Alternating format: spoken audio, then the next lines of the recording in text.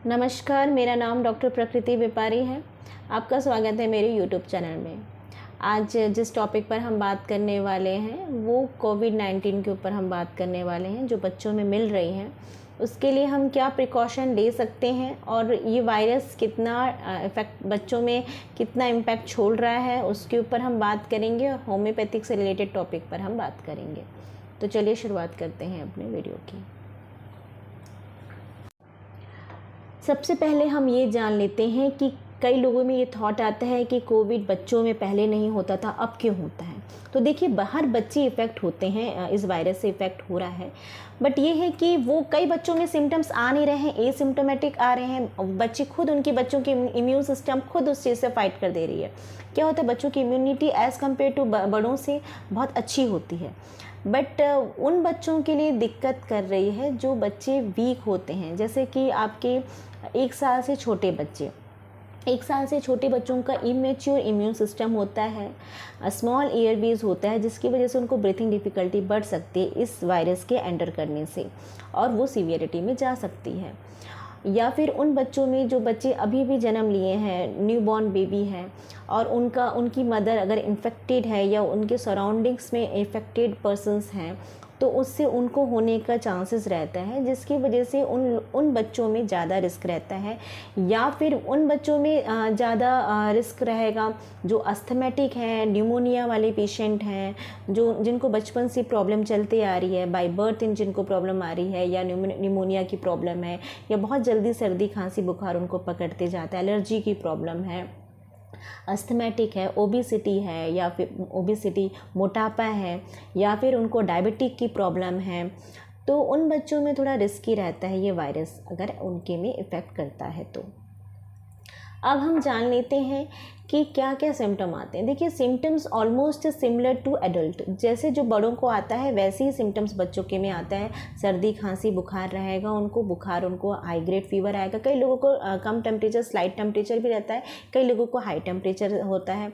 Nasal congestion होती है, nozzle blockage रहता है उनके में, एक नाक बंद होगा, कभी उनकी दोनों नेज़ल ब्लॉकेज रहते हैं, रनिंग नोज़ रहेगी उनको, बुखार आना, बुखार हाई ग्रेड भी जा सकता है, या फिर कम टेम्परेचर, स्लाइट टेम्परेचर रहेगा बच्चों के में। पेट दर्द की शिकायतें बच्चे बोलते हैं, थ्रोट पेन होता है उनको, गले में दर्द होना, टॉन्सिल जैसे उनकी शिकायतें आती हैं उनको, ड्राई कफ होना, कफिंग बहुत ज़्यादा एकदम ड्राई रहता है उनको, ड्राइनेस फील होगा, गला बार बार सूखेगा उनका, मुँह सूखेगा।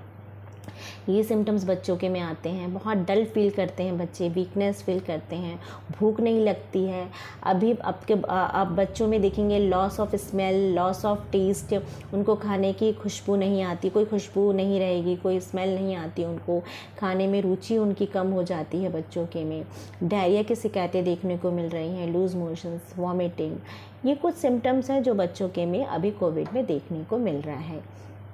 अब हम बात करते हैं कि कब हमको सीवियरिटी मिलती है, कि बच्चे अभी सीवियरिटी कंडीशन में जा रहे हैं, है ना। ट्रीटमेंट हम ले रहे हैं, बट बच्चों की सीवियरिटी कंडीशन कब बढ़ती है, अगर बच्चा आपका बहुत डल हो गया है, बिल्कुल बेड से हिल नहीं पा रहा है, या फिर बच्चे के टेम्परेचर बिल्कुल 24 घंटे से ज़्यादा हो गया और उनका कम नहीं हो रहा है, टेम्परेचर उनकी डिक्लाइन नहीं हो रही है, तो वो कंडीशन सीवियरिटी होती है। वॉमिटिंग हो रहा है बच्चे को, और बच्चा आपका पीला पड़ते जा रहा है, आँखें रेडिश हो जा रही हैं, तो या फिर होंठ उनके सूख गए हैं, क्रैक्स आपको होंठों में मिलेंगे, तो ये कुछ सिम्टम्स हैं। नेल्स उनके क्रैक मिलेंगे, तो ये सिम्टम्स रहता है सीवियरिटी का, और इस टाइम पे बच्चों को हॉस्पिटलाइजेशन करना बहुत ज़्यादा ज़रूरी रहता है। या बच्चे बहुत ज़्यादा ब्रीथिंग एकदम पैल्पिटेशन उनका होगा, उनको हार्ट बीट उनकी बहुत ज़्यादा तेज़ हो जाएगी, जल्दी जल्दी सांसें लेंगे। इस टाइप के सिम्टम्स आप बच्चों के में देखेंगे जब उनके में सीवियरिटी मिलती है कोविड की वजह से। उस टाइम पे उनको हॉस्पिटलाइजेशन करना बहुत ज़्यादा ज़रूरी रहता है। और अगर कोविड टेस्ट करवा लिए, नेगेटिव आ रहा है, फिर भी ये सिम्टम आ रहा है, तो आप कोई भी चाइल्ड स्पेशलिस्ट या होम्योपैथिक डॉक्टर को आप दिखाइए, और उसके अकॉर्डिंगली, उनकी सिम्टम्स के अकॉर्डिंगली उनकी ट्रीटमेंट आगे करवाइए आप। अब बात करते हैं कि कब ये मल्टी सिस्टम इन्फ्लेमेटरी डिसीज़ बढ़ती है बच्चों के में, कब आती है, जो मल्टी ऑर्गन फेलियर आना स्टार्ट होता है।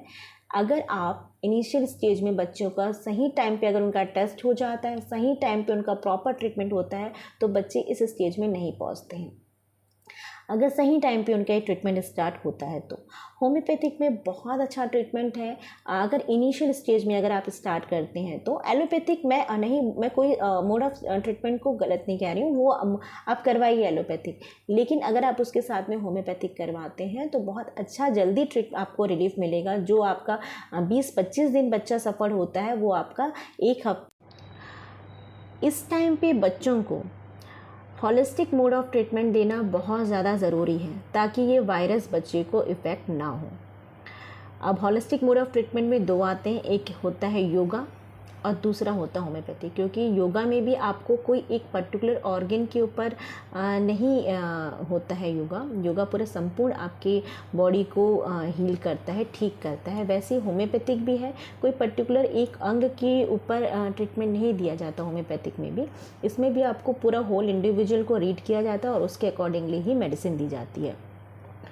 तो होम्योपैथी को अगर आप बच्चे को इनिशियल स्टेज में अगर आप एलोपैथिक के साथ भी अगर आप होम्योपैथिक देते हैं तो बहुत जल्दी बच्चे के में रिकवरी आपको देखने को मिलेगी। अगर मान लो बच्चा 20-25 दिन तक के जो सफ़र कर रहा है वो बच्चा 10-12 दिन में आप देखेंगे उतना सफ़र नहीं करेगा, उतना लंबा बच्चे की सफरिंग नहीं होगी।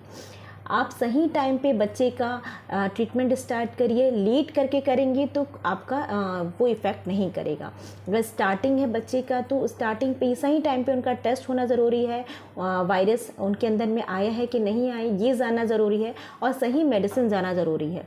सही डॉक्टर, बिना डॉक्टर की सलाह के नहीं लीजिएगा कोई भी मेडिसिन, क्योंकि बहुत सारी होम्योपैथिक में मेडिसिन आती हैं और वो सिम्टम्स अभी जो कंडीशन है बच्चे की जैसी कंडीशन होगी उसको देख कर ही डॉक्टर दवाई देगा।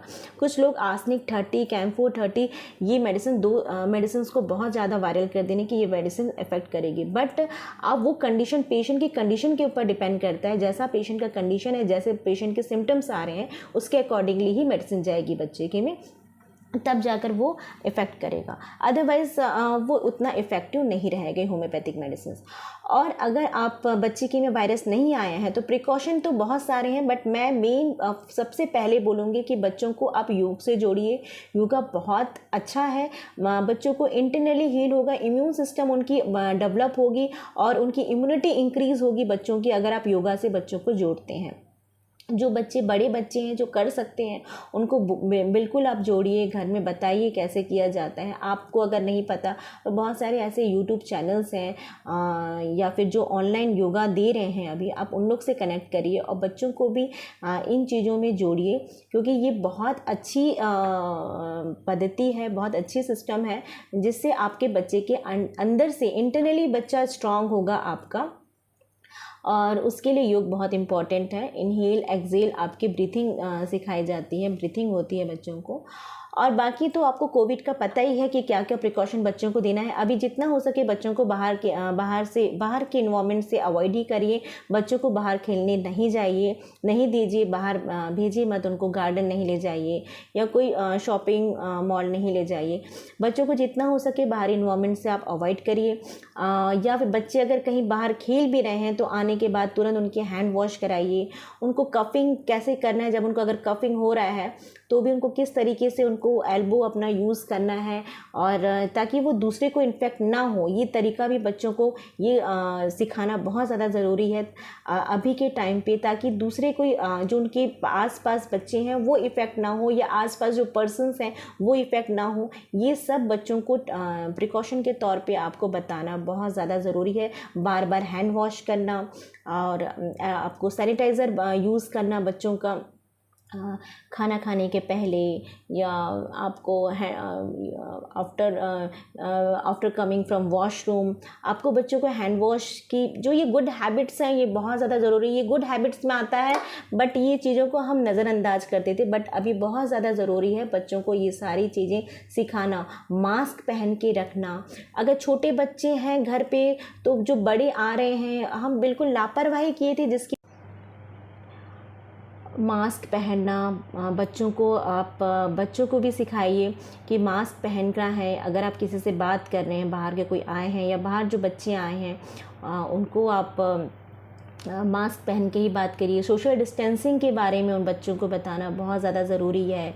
और आपको आपके घर में अगर आप जो आपके जैसे डोर नोब्स होते हैं, हैंडल होता है डोर का, उसे हर दिन आपको सैनिटाइज़ करना बहुत ज़्यादा ज़रूरी है। रिमोट हो गया जो बहुत ज़्यादा यूज़ में आते हैं, या टेबल हो गया, डाइनिंग टेबल है, टी टेबल है, जो बहुत ज़्यादा यूज़ में आते हैं, वो चीज़ों को डेली आपको सैनिटाइज़ करना बहुत ज़्यादा ज़रूरी है।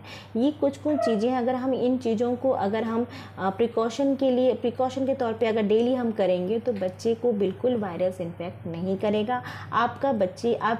बच्चों को सोशल डिस्टेंसिंग के बारे में बताना बहुत ज़्यादा ज़रूरी है कि डिस्टेंस मेंटेन करके बात करना है आपको। हम जो बड़े बाहर जाते हैं, घर आने के बाद में जो चीज़ें हम भूल गए थे, हैंड सैनिटाइज़ करना, हैंड को वॉश करना, उसी लापरवाही की वजह से ये वायरस आज हमारे घर तक, हमारे बच्चों तक पहुंच गया है। तो वो चीज़ों को हमको फॉलो करना है। हम घर आने के बाद में हमें बिल्कुल जो बनाया गया है कि हमें हैंड वॉश करना है, सैनिटाइज़ करना है, ड्रेस चेंज करना है, फिर बच्चों को हमको पकड़ना है, अपने बच्चों के पास जाना है अपने। तो इन चीज़ों को हमें फॉलो करना है, बड़ों को भी और बच्चों को भी।